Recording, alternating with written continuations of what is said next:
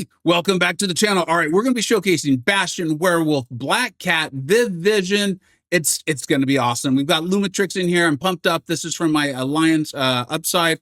We are in tier 3 war. If you are in higher tiers, consider this proof of concept. If you're not, we're looking at this from like, hey, you could do this in war too, or take this out, and when Kabam hands us these tough challenges, we can use it. You can see, you can learn, and also, you know, this is what these champions are doing. We're having a great time in upside. Now, this was a very difficult fight. In fact, I originally hadn't even called it, but I got there. We needed it taken down, and I'm going to be using this in an upcoming Bastion guide. And the one thing I really want for you to take away from this is, folks have said he doesn't have good damage. You saw how much health this Baron Zemo had at the start of the fight. I cannot parry. Bastion has a really, really nice heavy. It's got great reach, and I love the amount of hits in it because I can feel it, like you saw right there, that I can target. I know how much I can do. And you're like, this damage isn't that great, man. You're 45 seconds in, and this Baron Zemo's still got like 75% of his health. What are you talking about, man? This is a great damage fight. Watch this. Watch what's about to happen, and keep in mind, we're not getting up like a ton of the well, there's our incinerate vulnerability. We've only got one of the Furies, though. Remember, Bastion ideally gets 2 if you are able to optimize him. And we're about to take down this rather large health pool, no class advantage, nothing like that, fight where we cannot parry at all against Baron Zemo. And what did it take? A minute, 10 seconds? I think it was a minute and 10 seconds. Let's take a look. Now, this is a rank 4 Bastion. I don't want to hide the balls. A rank 4 Baron Zemo. A minute and 13 seconds. Okay. Bastion's a beast, guys. He's an absolute beast. Now, if you saw my recent Werewolf by Night showcase, or in love with these rank 4, you've seen these next 2 fights, go always put timestamps in the description so you can jump to the fights you're excited about or interested in. This is Hazard Shift. Now, I did call it out in that video. I'm going to call it out in this one too. This is a very small health pool. I think this Mega Sentinel only had like 220,000 health or something like that. So this is small, but if you've been watching Werewolf, you know damage is not a problem for this guy, okay? And what I'm excited about, why I'm showing you this fight, because I don't show you every single fight unless we can learn a little something from it, is for me, this was another sign of not only him just getting around a threat of Node being the Hazard Shift, right? Because he's not immune or resistant to any of these things, but his ability to play a mixed master style. I'm just dashing back. I'm diving in with a medium, then hitting light into her block, and we're able to play that mixed master style, so I can minimize the amount of armor up she's getting, minimizing the chance of her auto block. And then, of course, if I had played that a little bit better, I would utilize the unblockable and just throw in the SP2, and she would have been dead. So just another sort of thing that Kabam and Defenders throws at us to make a fight challenging via nodes or Defenders. That Werewolf with his massive power, and you don't have to play him that way. And in the showcase, I showed him not being played that way as well too. So you could see that he doesn't have to just hit into the block. Now, another threat that you can just get around. And I don't advise, I'm not going to tell you, and I said it here too, I'm not saying that Werewolf's this, like, he's not a great Battlegrounds counter to Dark Phoenix. You're going to take damage, okay?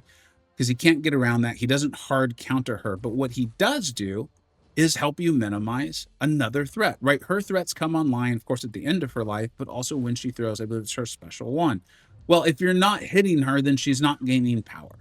Now, obviously, I've hit her because I think I was unblockable, and I'm realizing that, and I'm trying to rush to get to my special 2. I haven't triggered my Curse of Lycanthropy, so that special 2 did not hit nearly as hard as I would want it to, but I should. Oh, no, okay, I got a little nervous there. I got a little nervous.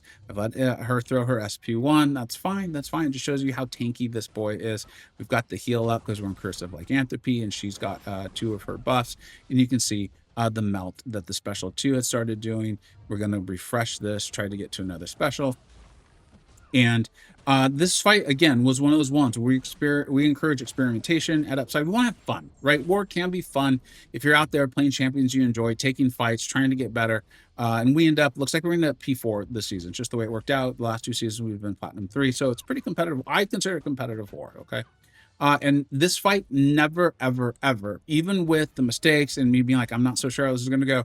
Once I got into the fight, it never felt like I was actually in danger of losing it. And she's going to block over here. I'm taking, obviously, the Nova Flame damage, which is why I'm saying, like, I would not do this in Battlegrounds unless I had to for some weird reason. You're going to lose health. But this is a Hazard Shift fight against a Dark Phoenix. And I never felt like it was in danger in any way, shape, or form. Werewolf's got me. He's healing. He's doing massive, massive rupture damage. We're going unblockable. I can minimize the amount of power she's getting. I could have played that significantly better, and it would have been just fine. Now we're moving on to an awesome fight sent in by Brennan Hilgendorf, one of the officers in my alliance. We've seen boss solos from him. He's shown us quite a bit. I love Lumatrix. Right, I said he's like my favorite skill champion to play in the game right now. I'm setting up the top 10s as I do every June and December, class top 10s. He's going to figure very highly in the skill, and he's going to end up in the top 30 overall that I'll be doing. And of course, you see where we have him ranked every single month in the general tier list with myself, the Illuminati. And you're seeing, like, I mean, Brennan's doing a great job here too. I don't want to claim that he's not. He got a little lucky there, but hey, that's part of war. That's part of war. I'm only calling it out because this is a video. That Photon could have come in and hit him with the special there, but she didn't. And he's just setting this up. And this is the sort of thing where if you play Lumatrix well, you're going to get amazing results. You can see he's even got the tracking up now. So Photon's in like her pure light and all of that. These sorts of things, I guess it doesn't really matter, but the tracking would matter if you had triggered the miss from Photon. And he did a great job. That's the big cash out moment for Lumatrix, where you got the 3 bars of power, you throw the SP1 while you're invisible, you're then going to go unblockable, your SP2, if you've got enough of, I can't remember what he calls it, but if you've got enough of things, it's guaranteed crits. You do massive, massive, massive damage, okay? Now moving on, this is a great fight. Thank you, Snoops, for showing this. This was cool, right? This is kind of part of what we're talking about here, is this is Black Widow Clairvoyant. I know a lot of people are like, maybe don't even know who she is, right? Because 7 stars are so dominant in the meta. This was the first champ with buff immunity. Yes, the thing that Nico Minoru has and makes her so crazy. And what he's going to show, and I am going to speed it up because, I mean, this fight only takes like 2 minutes, so it doesn't take that long, but I'm going to speed it up so that you can just see what Black Widow Clairvoyant is capable of. And for those of you who don't know, because of the node, Snoops is having to stay in the blood form. Claire has 3 forms, and the incinerate form is her damage form. So this is a 6-star ascended champion in tier 3 war, taking out a pretty tough fight against a Red Skull. And so if we ever get 7-star Clairvoyant, this is why people are going to be so hyped and excited about it. You can see the total length of that fight. This was, again, he wasn't running recoil, which a lot of people feel they want to do a Clairvoyant. He was not able to get into the incinerate form. He was just using the bleed form, and that fight took 2 minutes and 26 seconds. Very cool showcase. Thank you very much, Snoops, for sending that in.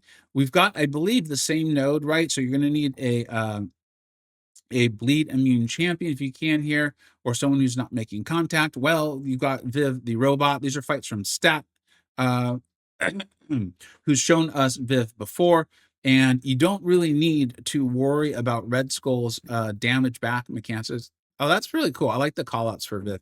So he's going to play this fight extremely well. I look at him once to make sure editing and all that stuff's fine.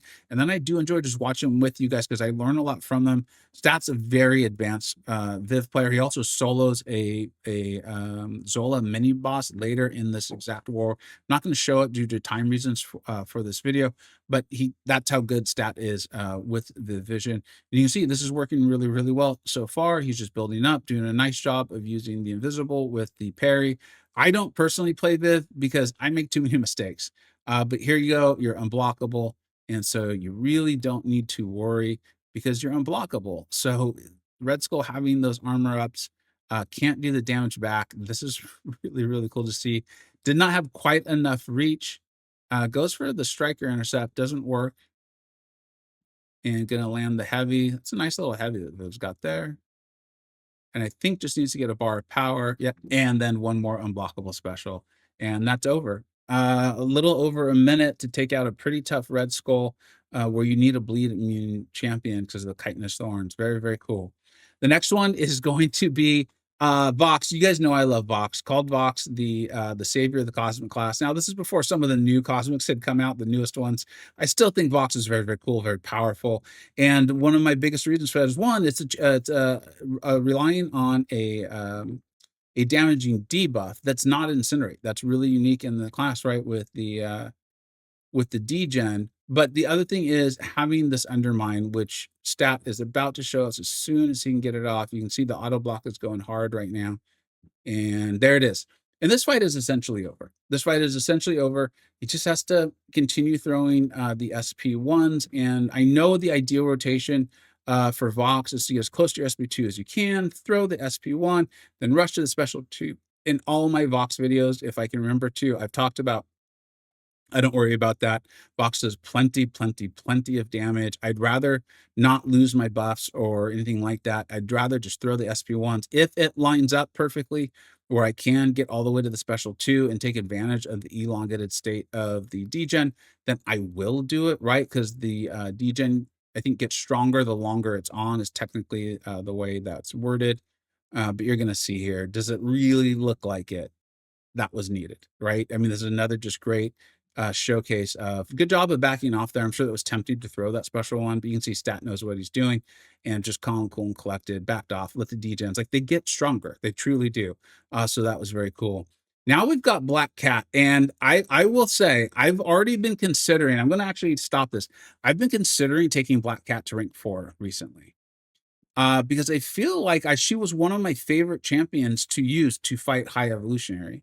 She's great against Thing. She's great against Photon. Watch this. This is Cold Turkey and Safeguard. And then there was the other node right just above it, the Combat Deja Vu Disintegrate. So whenever the attacker lands the same basic attack twice in a row, they're inflicted with 30% disintegration.